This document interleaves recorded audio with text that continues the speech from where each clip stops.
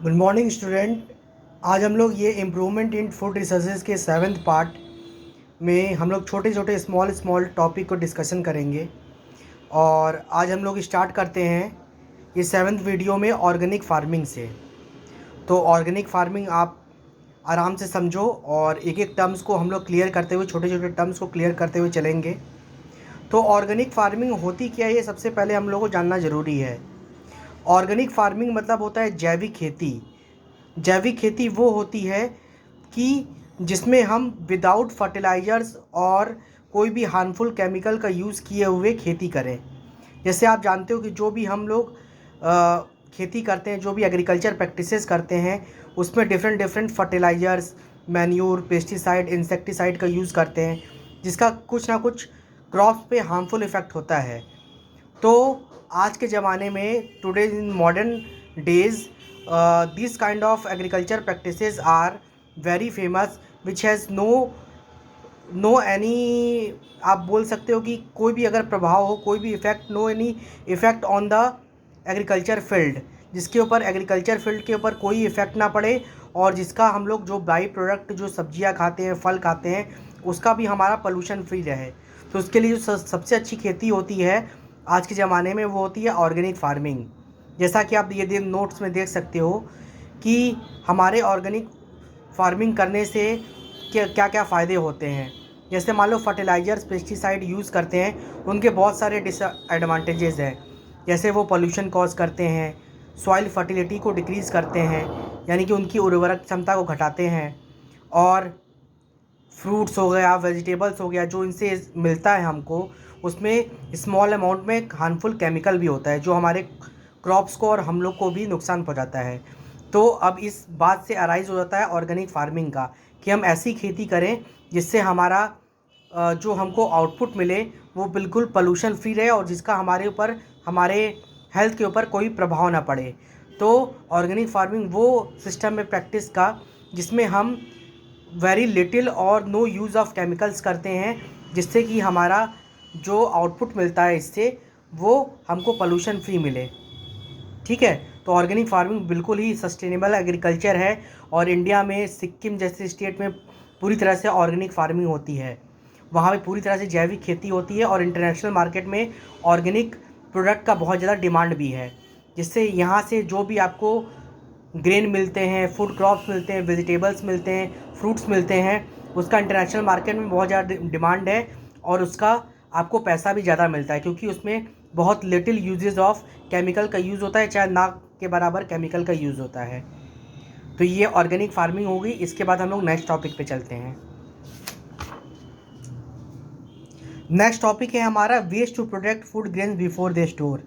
कौन कौन से ऐसे तरीके हैं जिससे हम किसी भी फूड ग्रेन को जब हम स्टोर करने जाते हैं तो उसके पहले क्या करना पड़ता है।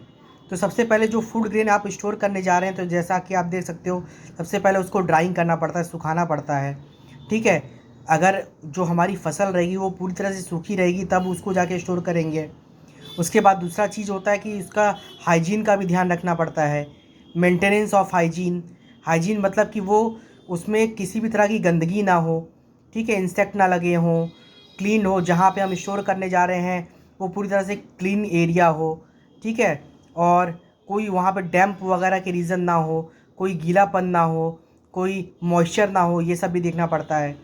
और इसके बाद फ्यूमिगेशन, यानी गोडाउन्स वगैरह में जहाँ पे स्टोर करने जा रहे हैं, जिन बोरों में स्टोर करने जा रहे हैं, वहाँ पे फ्यूमिगेशन होता है, छिड़काव होता है, इंसेक्टिसाइड और पेस्टिसाइड का छिड़काव होता है, कि जिससे चलते जो होता है उसमें कोई इंसेक्ट ना लग पाए, कोई फंगी वगैरह ना लग पाए, जिससे हमारे राइस, वीट, ये बहुत दिनों तक ऐसे ग्रेन चल पाएँ।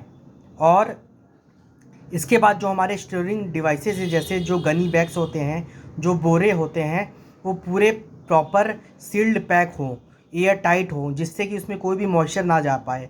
ठीक है। और जिससे इसके ऊपर टेम्परेचर का और, ठीक है, वेरियस ऑर्गेनिज़म का कोई भी प्रभाव ना पड़ पाए। तो ये वेरियस टेक्निक्स हैं ways to protect the food grains before they store, जैसे drying, maintenance of hygiene, fumigation और स्टोरेज डिवाइसेस। ये आप नोट्स में देख सकते हो, जो कि मैंने अभी समझाया है। ये सारे 4 चीज़ों पे ध्यान देना पड़ता है। अब इसके बाद हमारा एक न्यू टॉपिक स्टार्ट होता है एनिमल हस्बेंड्री, जो कि बहुत ही इंपॉर्टेंट टॉपिक है। एनिमल हस्बेंड्री होता क्या है?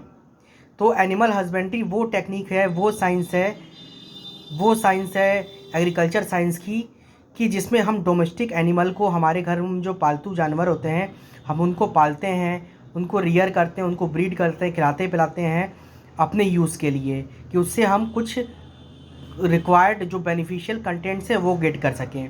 जैसे it is a scientific management of domestic animal in an efficient manner to obtain food and other useful product from them.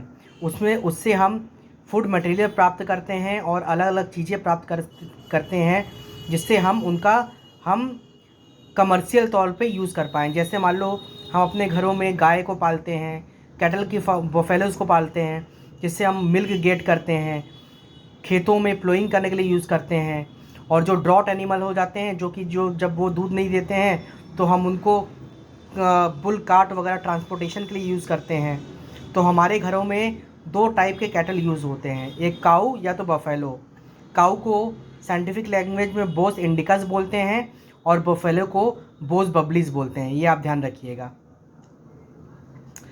तो 2 तरह के एनिमल होते हैं, एक मिल्क एनिमल, ये क्या करते हैं, मिल्क प्रोड्यूसिंग एनिमल हैं, जैसे फीमेल कैटल वगैरह जो दूध देती हैं उनको मिल्क एनिमल बोलते हैं। जो गाय या भैंस दूध देती हैं उनको मिल्क प्रोड्यूसिंग एनिमल बोलते हैं, मिल्क एनिमल।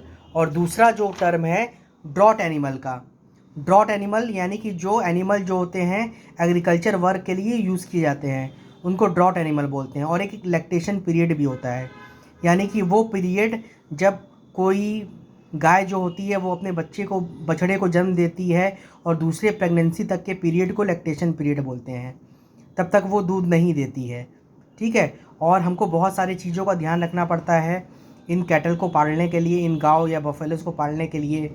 उनके साफ रहन सहन का ध्यान रखना पड़ता है, क्लीननेस का ध्यान रखना पड़ता है, रूफ शेल्टर प्रोवाइड करने पड़ते हैं कि जहाँ पे प्रॉपर एयर स्पेस वगैरह पास कर सके। ठीक है। उनको रेगुलर ब्रशिंग करनी होती है स्किन की। ठीक है। और उसके बाद वहाँ पे पानी इकट्ठा ना हो पाए, जहाँ पे ये रहते हैं वहाँ पे पानी इकट्ठा ना हो पाए। तो इन सब बातों का ध्यान रखना पड़ता है। तो नेक्स्ट वीडियो में हम लोग अब उनके फूड की बात करेंगे। आज के लिए इतना सफिशिएंट है। आप इसको ध्यान से नोट्स बनाओ और वीडियो में जो नहीं समझ में आ रहा है उसको रिवाइंड करके फिर आप देख के उसको फिर अंडरस्टैंड करो। Thank you.